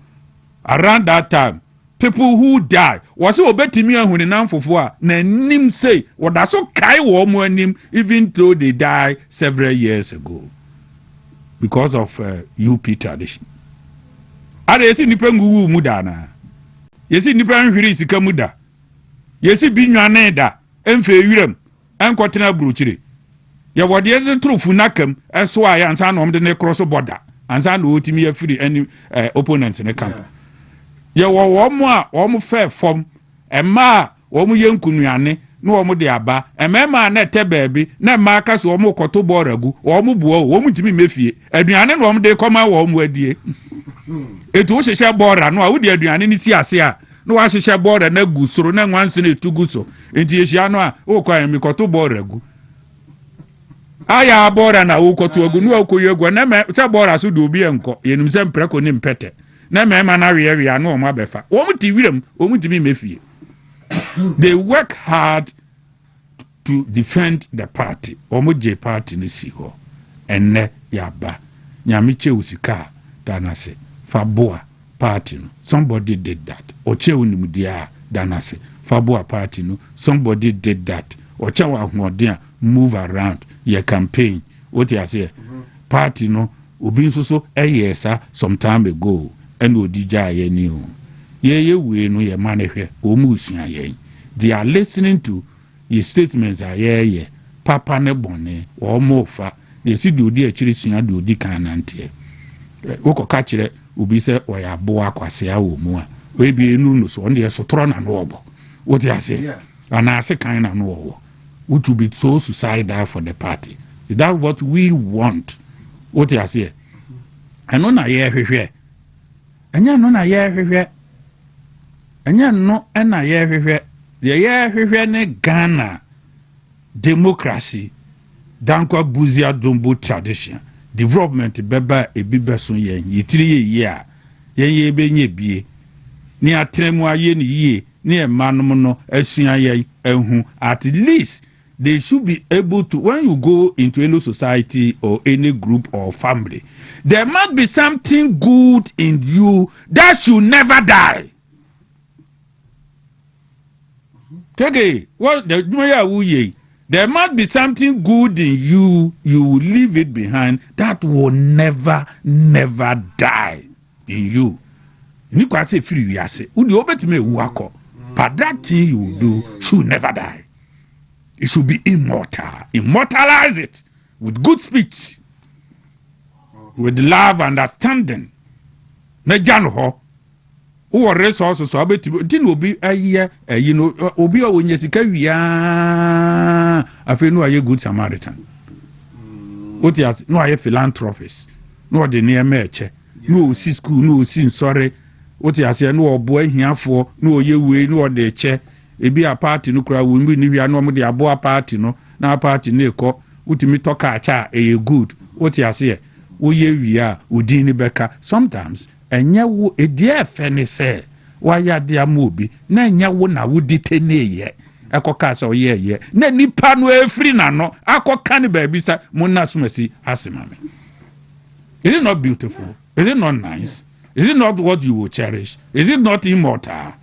Is it not what the nyame hwehwe free nipa se benkum de man ni fa hu what you say aha na nye se bia obi afa totorbentu da te ma chani siko keke ma chani siko na mama na kodan ni mama na didi peche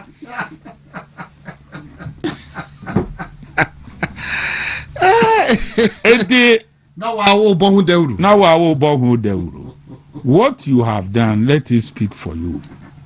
What you say aha ebeye adwuma no e de ama na wherever you go no ebema aye orebia ebe se hwenhwem de na ka ho wate so no abeye oracle a sage ye mere bi obi epie hwa na akai wo enyo na obi no na akokai wo mo ye de ya kwata anyombe obi ye kwata ja ye ne bre what me so me sha how there be let your recognition will come from future generation.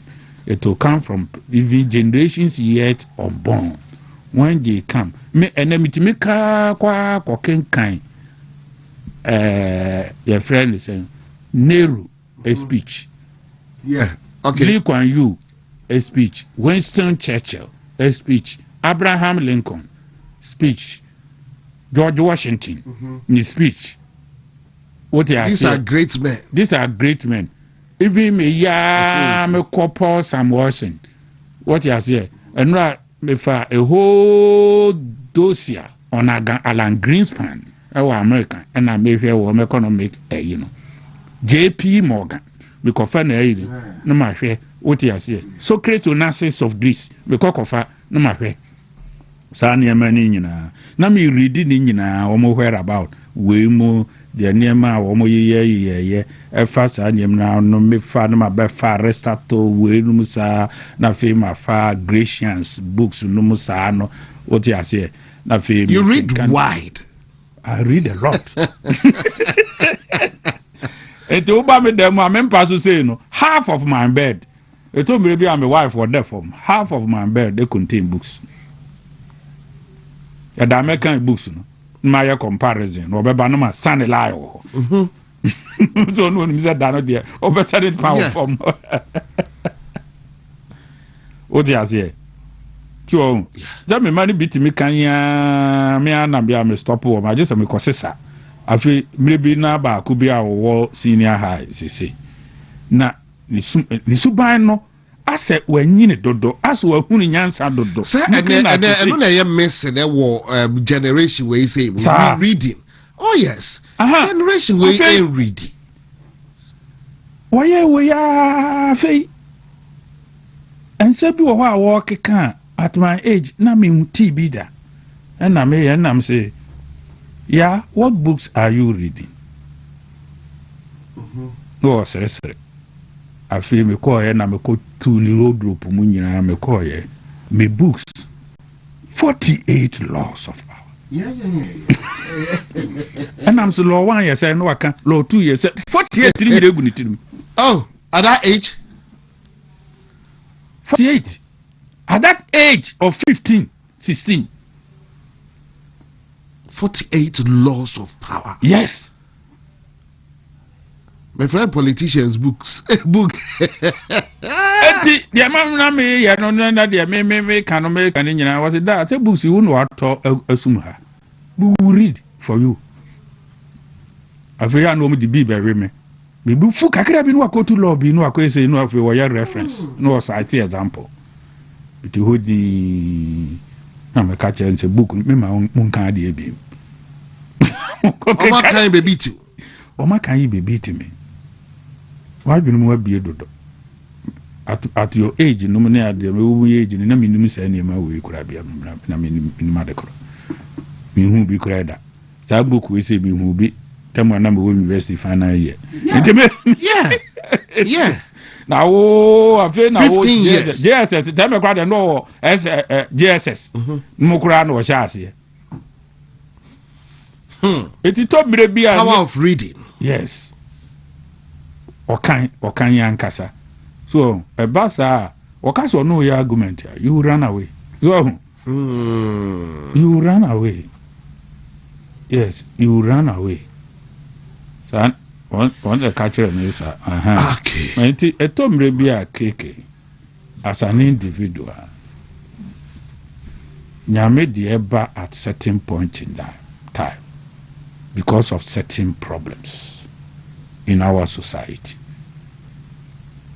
Problem be where we are say, Nyame will be a obesolve before the end of the world.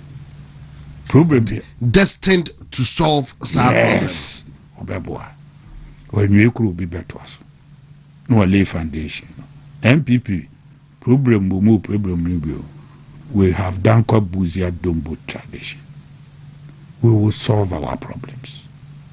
We overcome our problems. What you say? Overcome our problems. We have capable people. So who are people? They said Dr. Mahmoud Baumia, Dr. Aduchum, Kennedy Japan, Brian Echampon, and the Cabinet Japan. You have more than enough to solve your problems.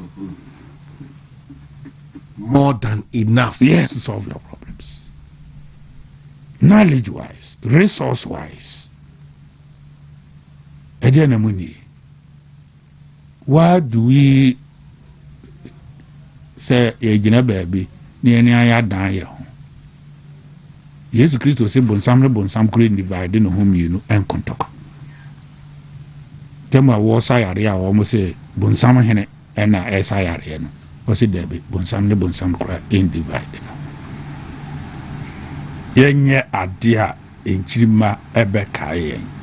All of us in the history of the MPP, there should be a paragraph for us, if not for all our names, but for the current generation. Say at this difficult period, we salvage MPP, and we can do it. That's it. You bet me, I didn't know Matum Maka, dear Matum Maka. A dear Yampene. American, Yamsi war a quanya befasoa, Yabeboa, Ama party no a ye. Oh dear, Kasem Papa, Kabibi Kakra, so I just say, aha, Kakra. So, a year Papa, Fafa, MPP. Mummy and negative side. And Tessa say, Uka say, Uti negative news. Our real Kurabija. One I was sorry, appointing. What you say? So, leader, you show respect, young respect here. Mummy, young horror, Hosa. So, Ubia MPP, you rise there through this level. To rise in Danko Buzia Dombo tradition to the level of an MP, to the level of former general secretary, to a minister, to a vice president, to a minister of education, is an enormous achievement. It's monumental. And here is it. What you say? Let us say what from Nkansah, you are being, you do have for gym, and you are fully prepared. What you say? I'm just penny from the Omotiase. Ombeka Sachre in Chirimano. And that is why I'm listening to them. I have my who said, if we have all these men in the party, we are capable of solving our problems. Yes, we are capable. All we need is unity. Unity. Yes. And one here. And then America say idea back unity. MPP, not that we are looking for knowledge. We have it already. What you say? Not that your support base, you know, the base is there. The support base is there. Now, so this will be say be a support base. You see, I hate it. And on my dormant, dear, you know, a hawker crowd. Every another I can shit. Ye be na man enjoy. This unity no. Kasa bi ana obimpe. Obu ho akasa bi. Wo ka bi kire nyo no na aka kire no. Wo ka kire do gina nchen kura. Ompo asamta. This all compare. So what you say? Da ga bi na man bi no bi kasa na ade ado. Man we do be man we didi me atem. Na no kura obo baby. And I'm so about that was it there. We do attempt that also there. Was an identity now, cast and also other or bo or bar no casa anemia. Would you we at a mocasa anemia? It is some no I can, yet the enemy say ye near a year for a short span. What I say? So, into the ye dear campaign, no, a day copy. It is only a simulation, a try match, and near the adequate. We shouldn't cut deep until I me a crony a baby. We shouldn't cut deep. Since I me a crony a baby. What you say? Even if you are not cutting deep on NDC, why do you cut the deepest in MPP? What you say? When you treat NDC with kid gloves. Yeah. Now wow part. Wa kope board ya she grove room na panyan. Wa kope kunkuma bo. Na dia she unsemo to dia bo MPP. MPP no wo ho no no. Wo ho sa no yempo ebeka ho amanchirima. And when they come, they will read dossier and dossier of what we did well and what we did wrong. Na no si ntra nyeye. No mukoko bie baby what we did wrong. No who say na say unity keke. We could have won the election, just unity. Ebe ya wo mu ya. Say nenye say sika no omu nie. Nenye say idea no omu nie. What you say? Nenye say numbers no na no omu ni. Na die bentra yes we ko kan asem we ko kan asem wurade no mo ko ye unity no kura ama ya man kan we yi a wo mu besu what you say wo mu besu now that will not be good for us tell me ye wu kura no a posterity will never forgive us unity keke let us forge ahead and unite no matter the difficulties no insult Okay. what you say no insult be ni wi asia opa ho chewo a enye problem be ni wi asia yempa ho echewo yenka se fa cheme yenya kukoduro ka se me nka bi mu a so what you say ye mian ya no ne ye din na nsem anye ye jae ka jae asumasi ho nsem ka ne ya nka bibia ntia ye ne aye ho na ye ne ye ton ye ne ye nim de ne adwen mu de wo se ye de mo Ghana man ne ade a Ghanaians will consider as wise ye duru ho when they are looking for wise people almost so eba ye se akoda hu ne sa ohura won mpanimfo didi se de ye hu adwuma enti me take this opportunity mate se onabo adutum ewo ya woko oboase enum elan onabo Brian so ewo me cheche a wo mu nyina question Okay. kan enso so e move down eba what they say enti me pompa ye mu nyina ka kwanhia ene ade o mu nyimfiri Amembo mu nyina ho ba. obi anso ba o mu nsuro mi kusibuafo ya no mu nsuro maybe I don't think they are afraid of me maybe they are making ya na nye Oh, ade. Now the other buyer name Mr. Kusibuafo preaching unity. And just about 50 days from today, 50 days, the Kwaku choose in the next flag bearer. So once how the buy there, I think said one here. But obo no di matem. Te bia me kan no anti free. Oh, ka wati free a me beto talk no obuafu. But Mr. Thomas Kusibuafo, and there you bring so there the ultimate Mr. Buafo by 50 days. And they the Kwaku choose right after a year Christmas, January ending 31st. Ye could choose your next flag bearer. It's here there. Mr. Kusibuafo. Into omo ba ya omo mfreme. Me de ofreme o wan frame o meba ho. Anti ya mo frame. Sometimes o baby wa ye invite wa. Last baby a me ko me da Paul Yandas.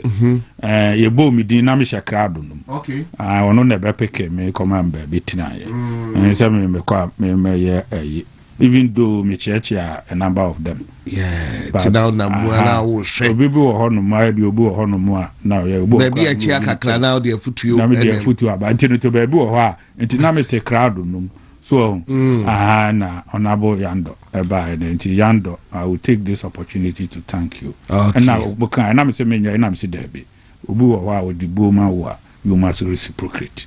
And say na nimbegu ase. Na me dey no so philosophy ni say na philosophy ni say Jesus Christ say say wo call baby aya top na empepre ho nko.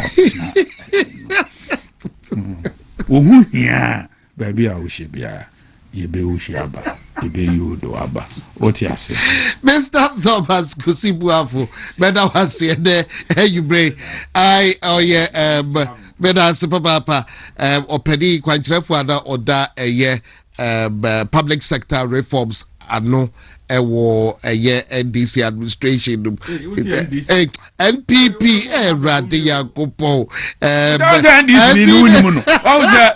public sector reforms honestly they me call praise no unimu no say unimu no me dey replace ana dey oda dey be kai anya ho na kwasi no ko na be kai but they na wo ansa na me ko no onkai and oberi praise me ono kro minister of state onkai me honest but onkai Kusibuafo and me current affairs e be current affairs na ewu me current affairs e na ewu men kind of honestly men kind of power or shall we say you ask me I don't know and that is why we are saying obo brapa men ka say obi bobra bone but Uti wiase na uye obi biya kama na fi nipa epo asem na baby enya hanko a baby a meduru bia wo munime in some countries ebu okura mi see airport no ma hu enti no wan hwe ya oye ya oba kura keke de wu ye e bi kura oba ye be kai no mo so wu nti ye be kai oba te se di David busa se enti obi nka Saul fie ho adamfo Absalom ti wherever you are no bekono jabibi wo ho at least ye bibi a ebeka ho ame de akai wo oti ase ye bibi ema enka wuwu kura no a sese woko we bang okwa ha kusibuafu ni o forever be there East African for be efreme wo mu ne yi for Kenya for ne ade India for be say wo akwa ne ye PhD project work and wo frame say or pay reforms information enti na nwumre sei menene be WhatsApp na de obusebusa me no but enti that's Mr. Thomas Kusibuaf once again you better was papa yeah sorry we say good evening my dear Wafase. Honorable Kusi is a nice gentleman, he speaks wisdom, God bless you. From my own Charles Cole Obin, Mr. Charles Cole Obin war Accra East Spentex Road, and that's a Spentex and Charles Cole Obin yes sorry my dear so yeah the Ebesia, and once again happy birthday to you Mr. Christopher Mensah, Chris Mensah, okay that's Christopher Buedi Mensah, and then on National Pensions Regulatory Authority Oda Ano. So happy birthday to you Mr. Chris Mensah.